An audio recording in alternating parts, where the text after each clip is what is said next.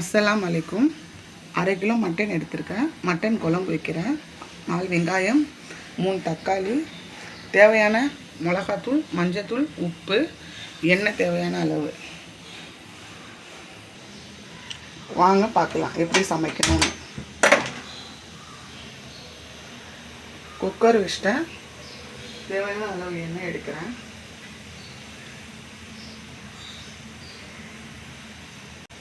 தேவையான அளவு எண்ணெய் ஊற்றணும்.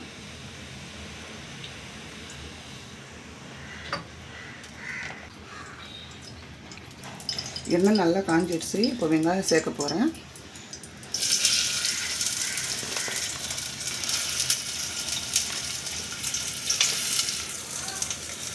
நாலு வெங்காயம் போட்டேன். முன்னாடியே வீடியோவில் சொல்லிட்டேன் நான் எத்தனை வெங்காயம் போட்டேன்னு சொல்லி. உப்பு போட போகிறேன் வெங்காயத்தில்.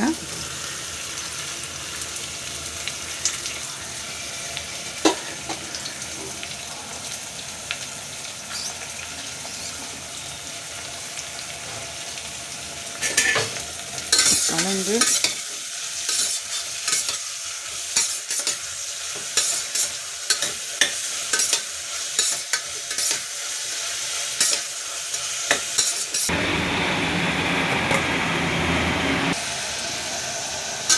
பத்து நிமிஷம் நல்லா வதங்கணும்.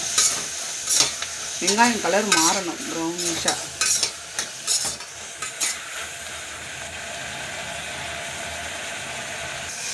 இப்போ கலர் மாறி இருக்குது பாருங்கள் வெங்காயம் கலரு.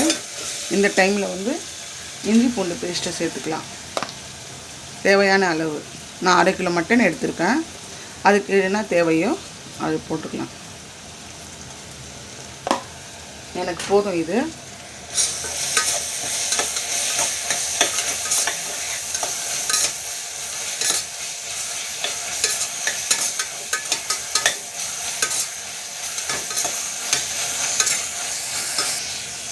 இப்போ இஞ்சி பூண்டு போட்டோன்னா ஒரு ஸ்மெல்லு வரும் சூப்பராக. அது முடிஞ்சோடனே இப்போ தக்காளி போடணும். தக்காளி கொத்தமல்லி நான் கட் பண்ணி வச்சுருக்கேன். 3 தக்காளி கொத்தமல்லி சேர்த்து கட் பண்ணி வச்சுருக்கேன். இப்போ அதுவும் சேர்த்துக்கலாம்.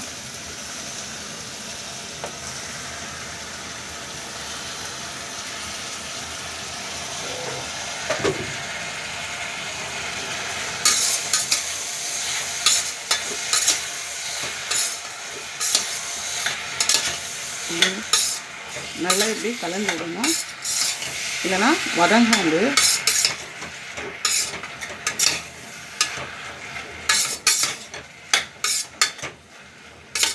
இப்போ பாருங்கள் கலர் சேஞ்ச் ஆகிருக்கு பாருங்கள், கண்ணாடி பதமாக.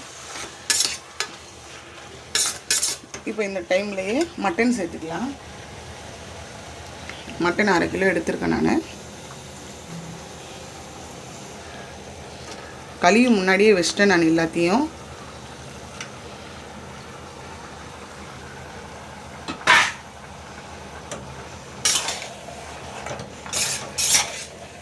இது வெந்தோடனே குக்கர் வெந்தோடனே உள்ளே போயிடும். அது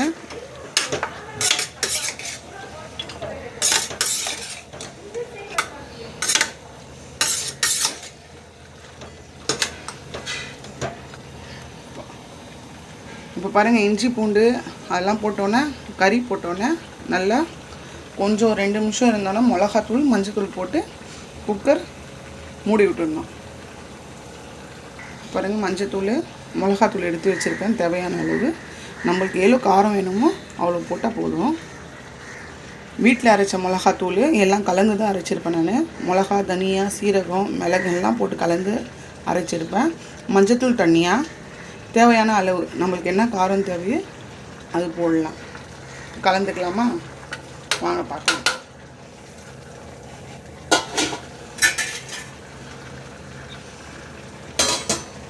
இப்போ பாருங்கள் தண்ணி கொஞ்சம் நான் சொம்பு நிறைய எடுத்திருக்கேன். ஆனால் நான் ஆஃப் தான் ஊற்றுவேன். அதில் தண்ணி வந்திருக்கும். நான் ஏல ஊற்றுறேன்னு நான் காமிக்கிறேன். பாருங்கள்.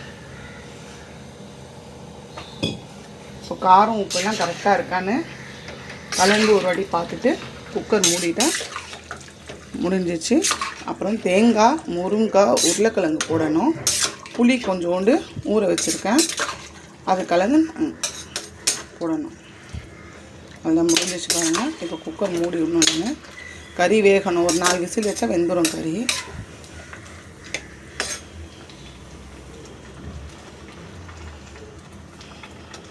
குக்கரு அது வெந்தோடனே பார்ப்போம் வாங்க.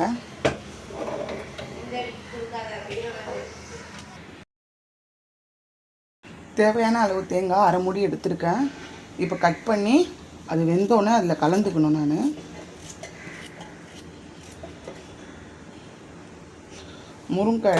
உருளைக்கிழங்கு எடுத்திருக்கேன்.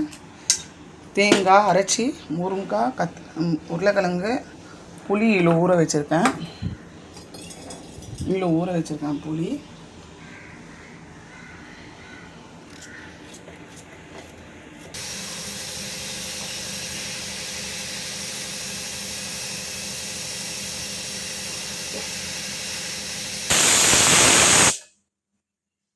கறி வெந்துடுச்சு. ஒன்றும் பாதியாக தான் வெந்துருக்கு கறி. இப்போ முருங்கைக்காய் உருளைக்கிழங்குலாம் போடணும். அது போட்டோன்னே அதில் ஃபுல்லாக வெந்துடும். பாத்திரத்தில் மாற்றிக்கிறேன். பாருங்கள், முருங்கைக்காய் உருளைக்கிழங்கும் கழுவி கட் பண்ணி வச்சுருக்கேன் நான்.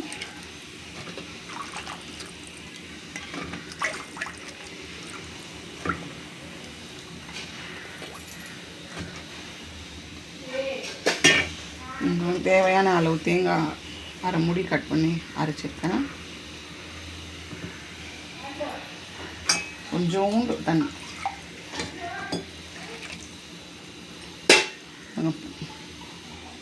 புளி பண்ணி போட்டுக்கணும். கொஞ்சம் ரொம்ப புளிப்பு வேணும்னா நம்ம இஷ்டம் தான், எவ்வளோ தேவையோ போட்டுக்கலாம்.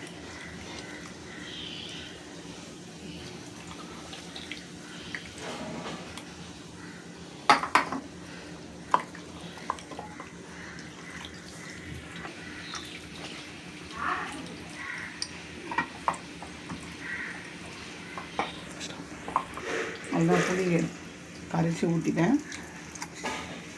அளவு குழம்பு எவ்வளோ வேணுமோ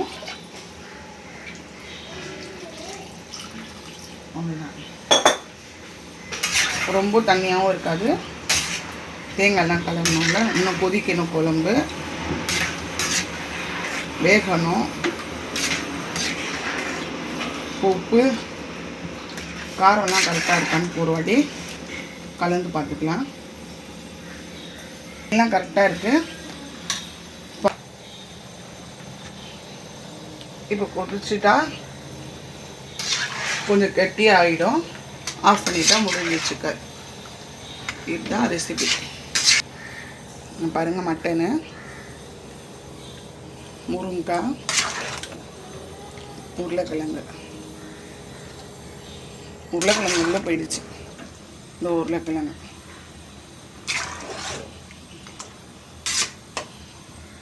இப்போ குழம்பு ரெடி ஆகணுன்னு நாங்கள்